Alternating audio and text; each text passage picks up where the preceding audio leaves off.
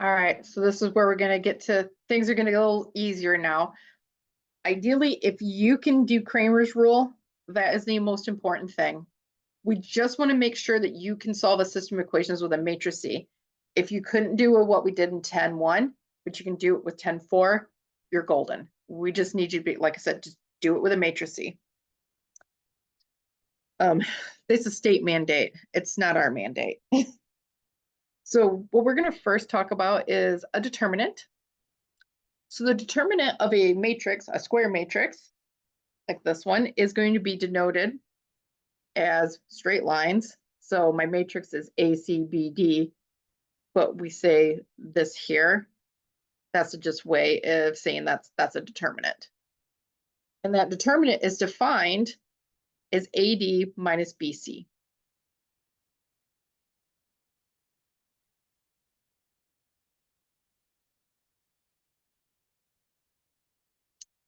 So this is asking me to find the determinant, right? This is the matrix.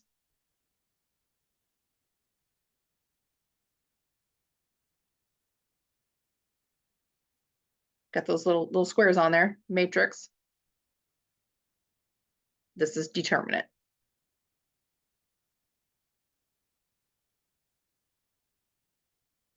I think I spelled it wrong. But this is equal to,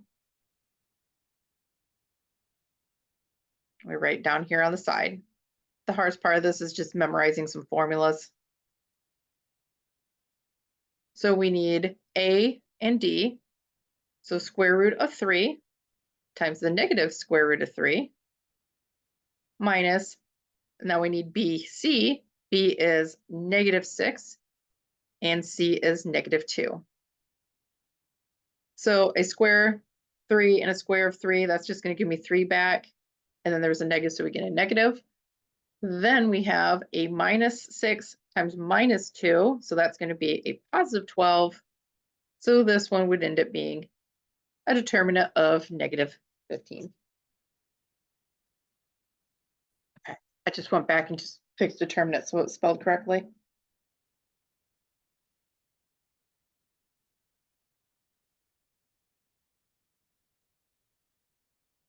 So the determinant of any square matrix. So for any square matrix A of order n, so that means it's a square, and n has to be something greater than 1. So you can't have just a matrix of one element. It has to be, like a 2, 2, a 3, 3, a 4, 4, etc. We define the determinant of A, denoted those lines A, so it kind of looks like absolute value, as follows. Choose any row or column, multiply each element in that row or column by its cofactor, and then add the results. So basically, like that cross multiplication. The determinant of a 1-1 matrix is simply the element of the matrix. The value of the determinant will be the same no matter how each row or column is chosen.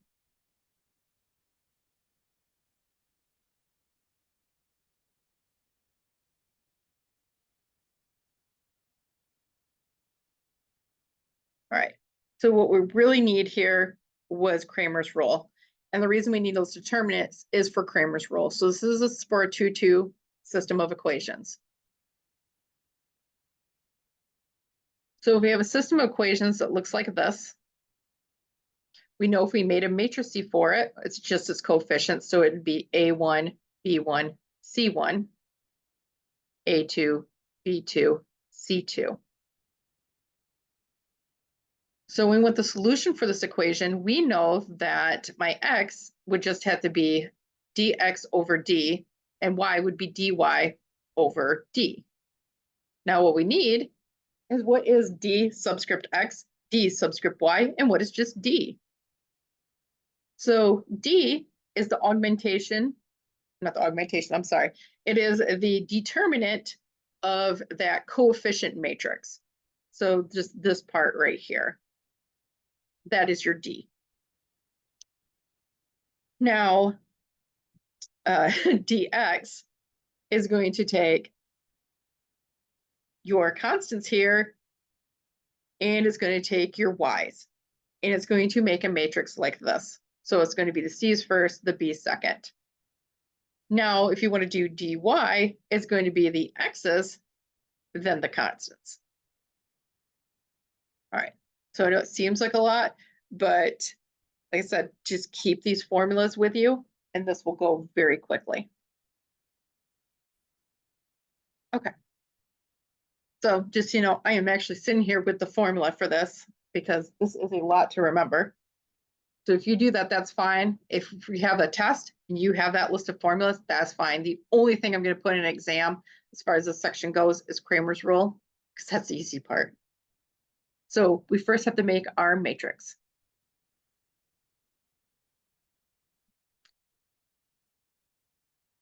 So our matrix is going to be 3, 4, 1.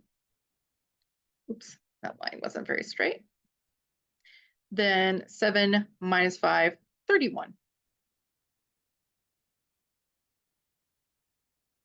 So if you remember, D1 is the determinant of this part right here, which was just your coefficients. So that is going to be your 3, your 4, your 7, your -5. So remember these two together first. So you're going to be like AD. So this is going to be a 3 minus 5. Then subtract this way. That's going to be your 7 times 4. Sorry, let me fix that 7. So this is your BC. All right, so we're going to get a minus 15 minus 1528. This is going to be a negative 8, 9, 10, 11, 12, 13, 43. Just want to make sure I have that down all correct. And then the next part, so we'll just, here we go. So if we're doing dx, what we need, oops, thing all scrolled out of place. What we're going to need is this row here first. And then we are going to need this row second.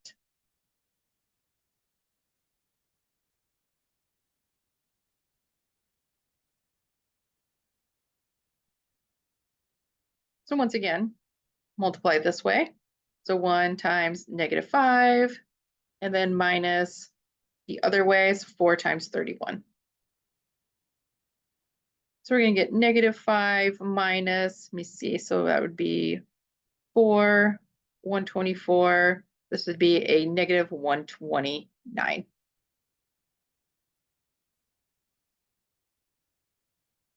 Now we just need one more matrix. We need our dy, or not matrix, but determinant. We need the determinant of the dy. So this one, we're going to do this in green, required me to use this column and then this column.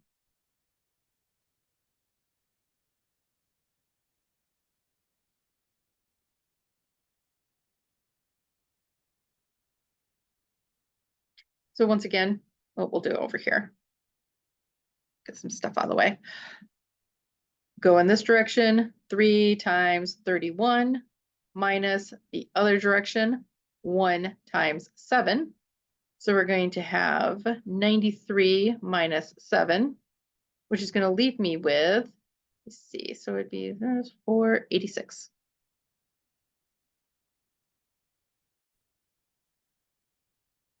Let's try to get a new color here. So let me make a little box.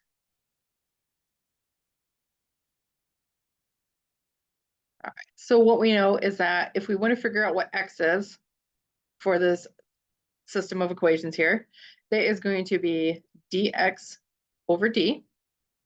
So we said dx was -129, and then d was a -43. So if we do this division here, we are going to get x is going to be 3. Y is dy over d. dy was 86 divided by 43, 43. And that was a negative 43. This is going to be a negative 2. So my solution to the system is 3, negative 2. So for second here, 8, 9, and that should have been 10. Try this for yourself. So I believe some of these are ones we had already used before. Just we're going to do this as Cramer's rule.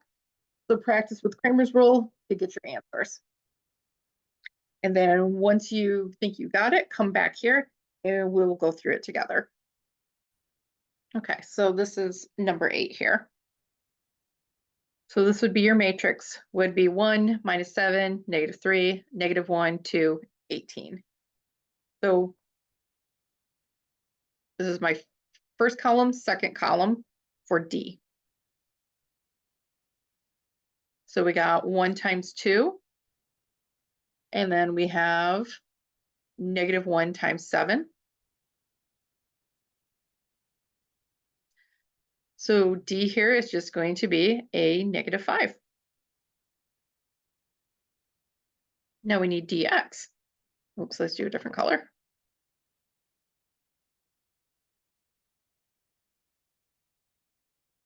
So dx is the one that was a little weird. So we use this one first to do this determinant. And then we use this one second.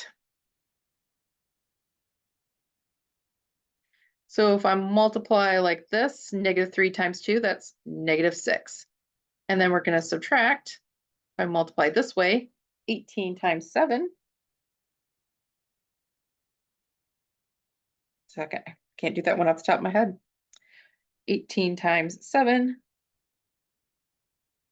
And that's going to be a negative 126. So that's going to be negative 6 plus 126. That's going to be 120.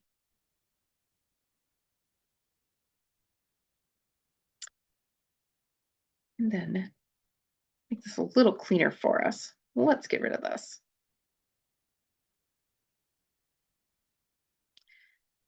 Our last matrix is going to be that dy.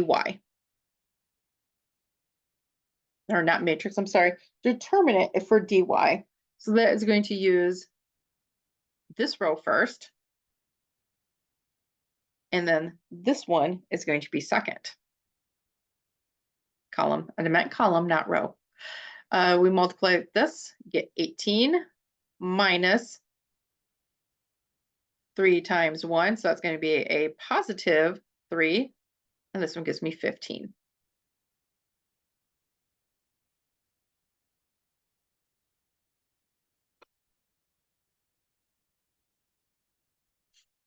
Okay, so x is just going to be your dx over your d. So dx was 120. D is minus 5. So we're going to have, let me see, 2, negative 24. And then y would end up being your dy over your d, which is going to be 15 over minus 5, which is negative 3. So if you had gone back, we had done this problem earlier when we were trying to do, I think it was the reduced echelon form. Yes, so we were doing reduced echelon form. We had done this one, and this was the solution that we got.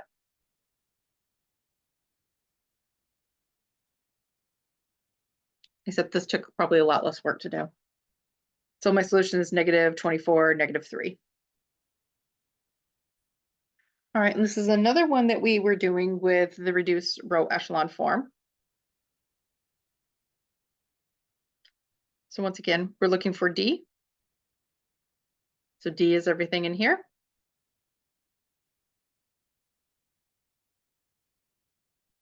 we multiply these together and we get 14. Then we multiply the -8 times the -4. So that is going to be a positive 32. But remember, we're subtracting this from this.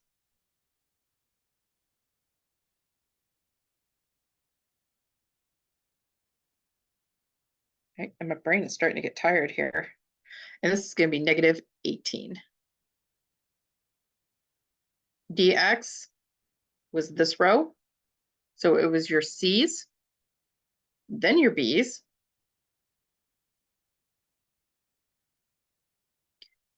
If I multiply it this way, I get -24, and then we're subtracting 8 times 3. Oops, oops, sorry, that should be -24. So we are getting -24 plus 24, and this one's going to be 0. So if you remember, this is the case we had where x was actually 0. Then dy, that is going to be your A column, and then your C column will go across this way. We're going to get 21 minus this together, so -12 times -4. Well, that turns into a positive 48, but we're subtracting it.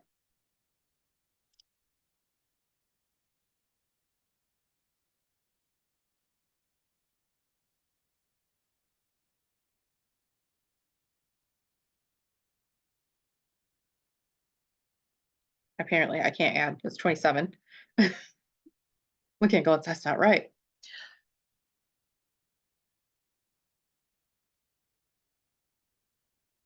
So this. So our x's is, it's going to be dx over d. So that would have been your 0 over -18, which is 0 like we had before. Your y, this was a fraction, and you're going to get 27, -27, sorry, over -18. So both of those are divisible by a -9. This reduces to 3/2. And that was the solution that we had last time, 0 and 3/2.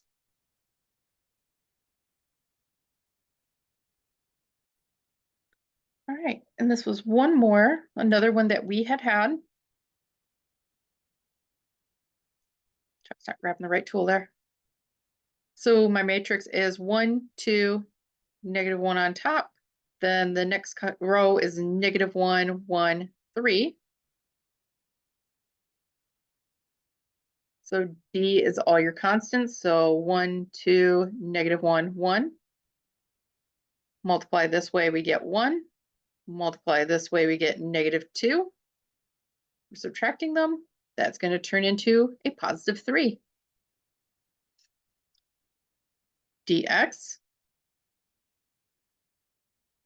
is your, like I said, your column of C's is what it was when we did it before. Then your column of B's.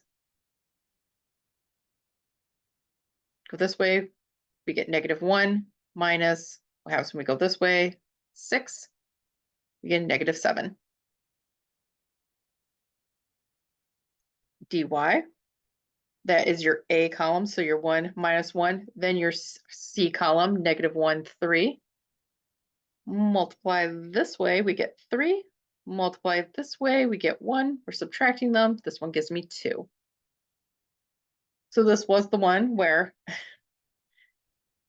x was, in fact, -7 over 3, and y was, in fact, 2 over 3.